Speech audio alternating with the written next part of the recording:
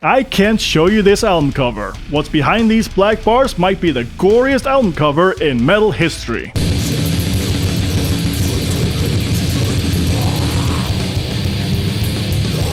This is Reek of Putrefaction by Carcass, released in July of 1988, a delectable album filled with such romantic songs such as Regurgitation of Giblets, Maggot Colony, Psychosified, Rotten to the Gore, and Excreted Alive. These are the titles I can actually say compared to Grinder and Vomited Tract. The songs on the album are nothing special. Just your cliche run-of-the-mill grindcore song with the quality you can expect from just 4 days of studio time. But the most interesting element of this album is the cover that I can't show you. The most common type of heavy metal artwork you see on album covers back in ye old 80s was the drawn artwork.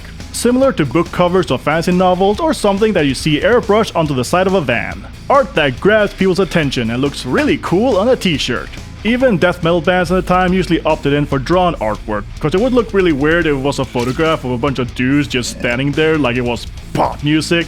So if you want your album to stand out, you have an eye-catching and artistic album cover. But not silly old Carcass, they thought those covers were cartoonish and corny, and they wanted to be real. Jeff Walker, the bassist and singer of Carcass, had a sister who, due to her job as a nurse, had a medical dictionary. This is where he got the inspiration for all the disgusting titles and lyrics. He says in the book Choosing Death that this was not done just to make the songs intellectual, but also make them a bit more scientific kind of horror. More detailed and more realistically graphic compared to the more slasher horror movie type lyrics other death metal bands were doing at the time. Along with the medical lingo, it made sense to mirror that grotesque body stuff with the album cover as well. So the cover that I can show you is a collage of a bunch of autopsy photographs found within medical journals, most of which shows bodies with anomalies or those that are heavily decomposed, like Beethoven, when he died. The main goal was to shock, disturb people, and push buttons, which they certainly did. The Carcass cover contained real photographs put together to shock anyone who were just flipping through albums on their shelf.